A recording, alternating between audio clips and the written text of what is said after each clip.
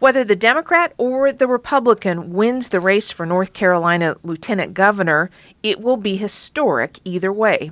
Both major party candidates are African American. Mark Robinson, the Republican, Yvonne Hawley, the Democrat. It will be the first time North Carolina will elect an African American lieutenant governor. Rick Henderson is editor-in-chief of Carolina Journal. He's following this race, joins us now to talk about the dynamics here. Rick, welcome back to the show. Thank you, Donna. First of all, just briefly, what do we know about each of these two candidates? Let's start with Democrat Yvonne Hawley first. She is a state legislator, 4 terms, I believe, from Wake County.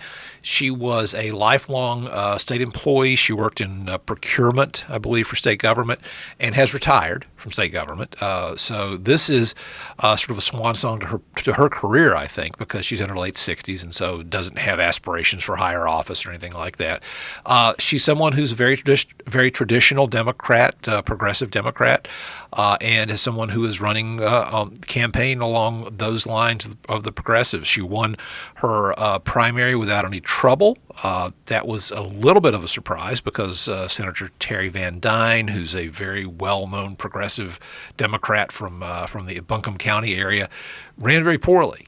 But Yvonne Hawley coalesced all of the sort of the interest groups, the traditional Democratic interest groups and liberal interest groups behind her very quickly, and had no problem with the primary.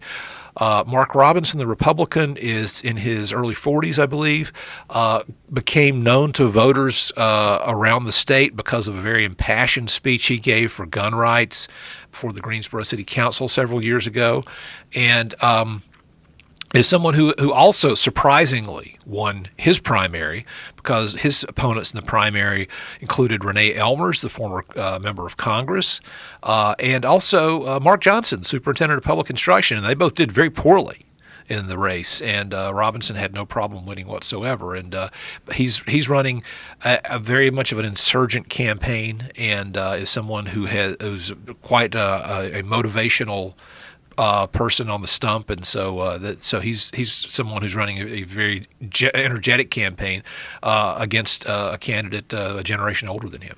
Interesting that Republican Mark Robinson has now teamed up with the Republican candidate for governor, Dan Forrest, and they're doing some ads together. They're running almost as a ticket, which is, of course, something that you don't have to do in North Carolina because the offices are elected separately.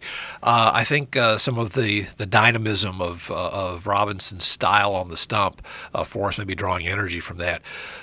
They also seem to have similar ideas about COVID-19 and public gatherings and things like that because they have not been shy about holding rallies and things like that. And so they're really trying to play off each other. Are we seeing anything similar with Yvonne Hawley? Has she teamed up with Roy Cooper?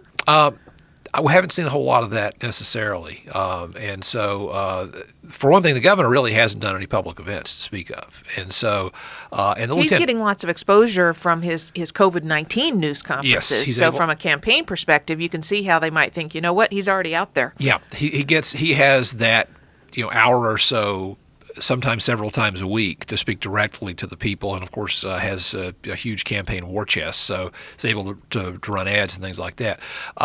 Yvonne Hawley has done town halls and things like that, virtual events like that, but they really haven't. They're not joined at the hip as the two Republicans seem to be. We mentioned at the top that both of these candidates are African American, so this will be an historic election in North Carolina, no matter which person wins the seat. That'll be the first time.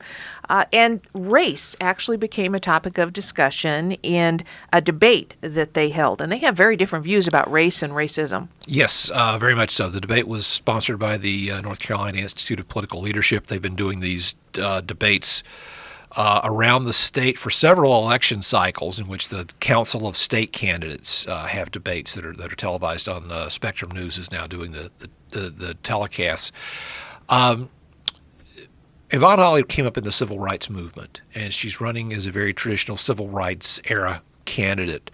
Mark Robinson is basically saying he doesn't agree with the continuing that narrative about the civil rights movement. He says he doesn't see himself as a black leader. He sees himself as a leader who happens to be black. He doesn't see race as an issue that should dominate the debate so much anymore.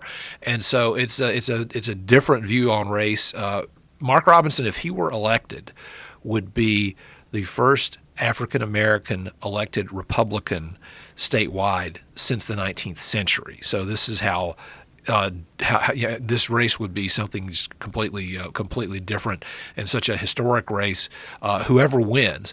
But views of race relations in America, there's two of them couldn't be more different. As I say, Robinson says that very much it believes that people pull themselves up by their own bootstraps. They shouldn't use race as an excuse for falling behind. And so completely different view than Yvonne Holley on these issues. And that's very interesting, obviously, for the times that we're living in and the civil unrest that we are seeing and calls for racial justice, etc.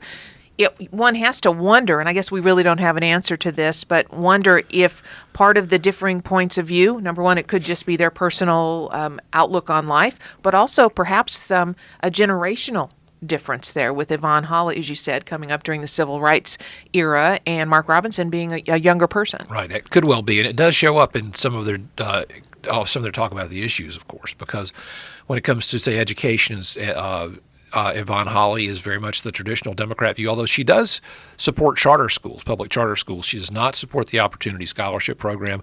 She thinks that North Carolina ought to raise teacher pay to the national average. I mean, all the sorts of things that we've usually heard from Democratic candidates when it comes to education and education reform. Mark Robinson is a big supporter of school choice and opportunity scholarships.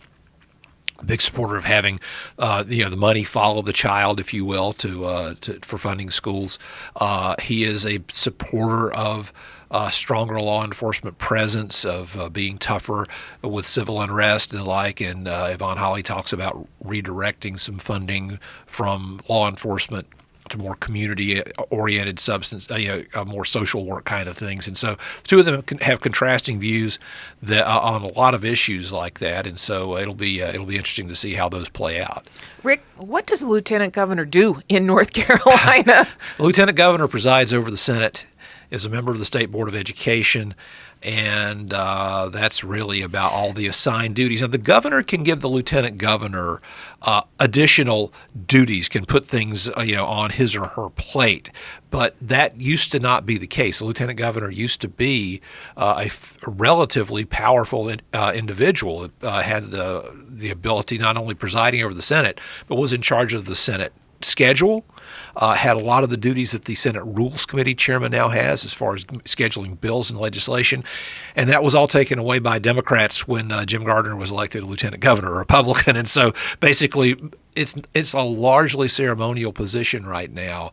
And so that's one reason why you tend to have candidates who really aren't as well known run for that position. And part of the relationship that develops is probably dependent on who sits in the governor's seat as well, and whether or not that person is of the same political party or the opposite party. And depending on how the race for governor works out would be interesting. It could end up two Democrats with Cooper and Holley in those top two seats, or it could be Forrest as governor, Robinson as lieutenant governor, or a mixture. So going forward, that would be fascinating to see exactly how those folks work together or don't work together. Yeah, it would, because Terry Van Dyne made this infamous statement that the lieutenant governor's job is to support the governor. And I'm sure that Dan Forrest didn't agree with that statement when he was with Roy Cooper.